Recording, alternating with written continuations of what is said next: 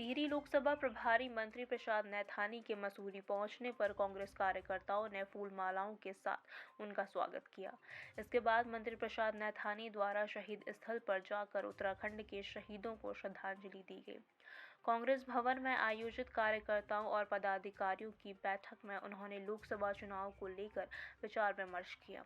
उन्होंने कार्यकर्ताओं से कांग्रेस प्रत्याशी को विजय बनाने और हर बूथ तक कांग्रेस कार्यकर्ताओं को पहुंचने का आह्वान किया। इस दौरान कांग्रेस कार्यकर्ताओं ने आश्वस्त किया कि लोकसभा चुनाव में 5 सीटों पर कांग्रेस कार्यकर्ता प्रत्याशी को जीतने के लिए जी जान से मेहनत करेंगे।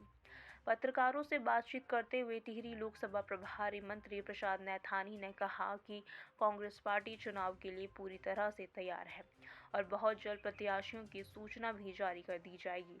उन्होंने कहा कि भाजपा के खिलाफ लोगों में आक्रोश है और बेरोजगारी, महंगाई से जनता त्रस्त हो चुकी है। इसके जवाब में जनता उन्हें लोकसभा चुनाव में ही देगी।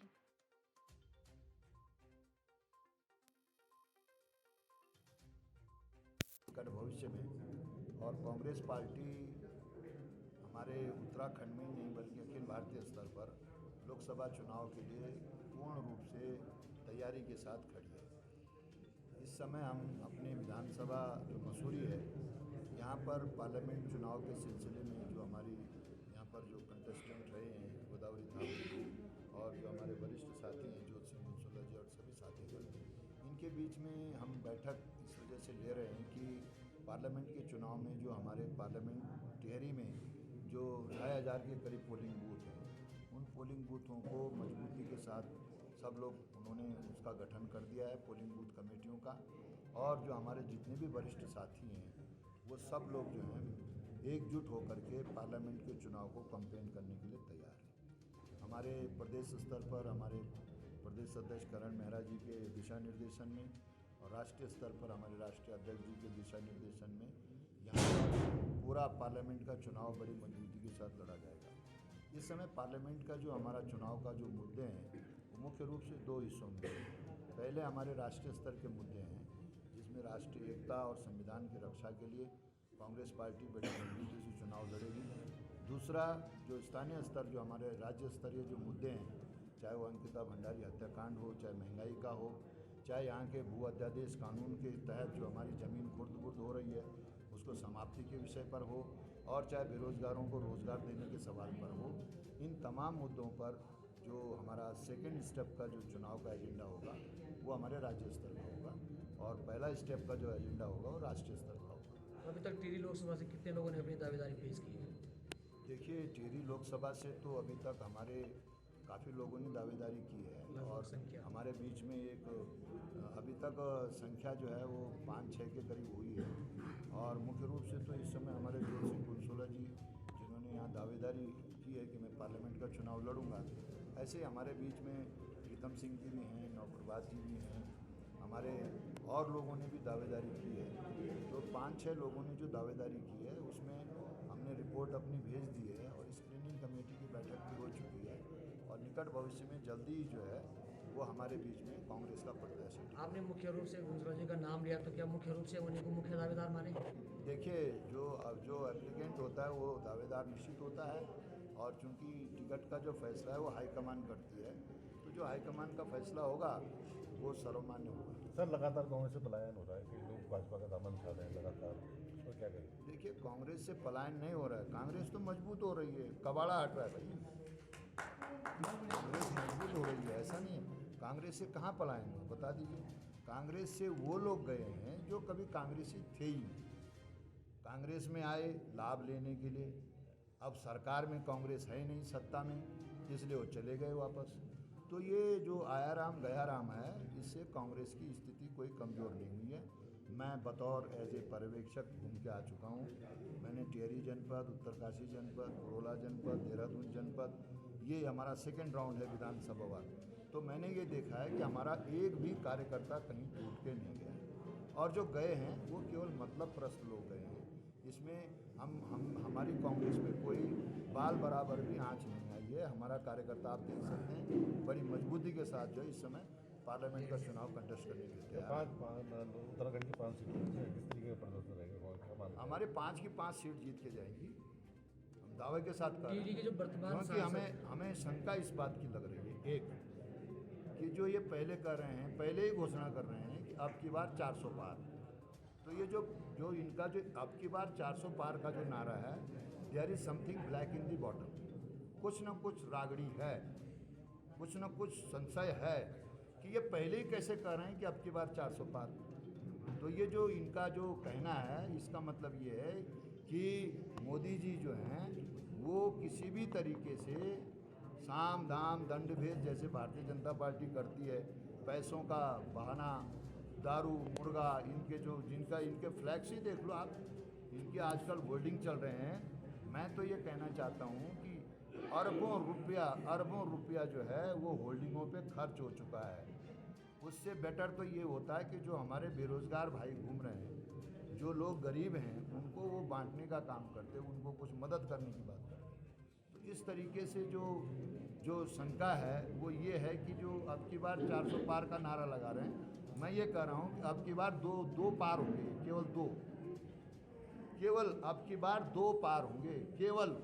ये 400 की बात छोड़ें, 2 हैं जो चला रहे हैं पूरे। तो मुझे लगता है केवल ये पार हो सकते हैं, तो भी हमें लगता है कि संशय है।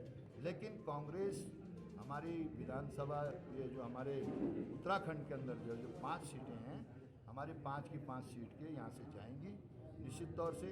और हम ये दावे के साथ इसलिए कर रहे हैं कि जनता इनके जुमलों से उब चुकी है, पक चुकी है।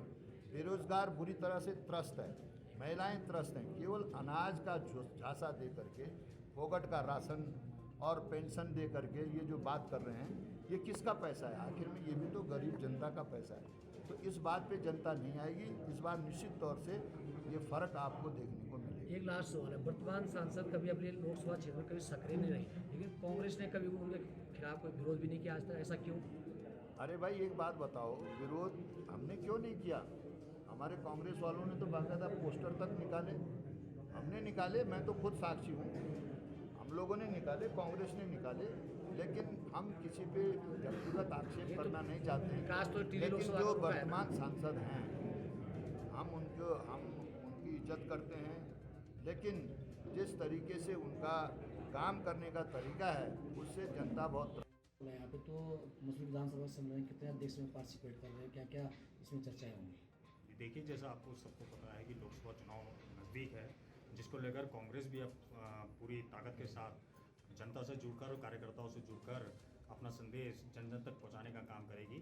इसी उपलक्ष्य में लोकसभा प्रभारी जो हमारे हैं मंत्री प्रसाद निखानी जी, उनके द्वारा मसूरी विधानसभा का आज कार्यकर्ता सम्मेलन किया जा रहा है, जिसमें हमारे मसूरी विधानसभा में 5 ब्लॉक अध्यक्ष हैं, जिसमें मैं भी सम्मिलित हूँ। उनके द्वारा उनके कार्यकर्ताओं को यहाँ पर आज बूथ अध्यक्ष और वो बूथ तक पहुँचना और बूथ लेवल पे हमें कैसे काम करना है, उस सब चीज़ें के बारे में दिशा निर्देश दिया जाएगा। और इन्हीं सब को लेकर आज कार्यकर्ता सम्मेलन यहाँ पर किया जा रहा है। और यहाँ पर आज हमारे मसूरी विधानसभा की जो प्रत्याशी रही हैं कांग्रेस की, गोदावरी धामले जी, पूर्व विधायक जोशी मनसोला जी, जैसे उन्होंने पूर्व में भी अपनी दावेदारी लोकसभा के लिए की है, तो उनके लिए भी हमने यहाँ से प्रस्ताव मंत्री प्रसाद निखानी जी को दिया हुआ है।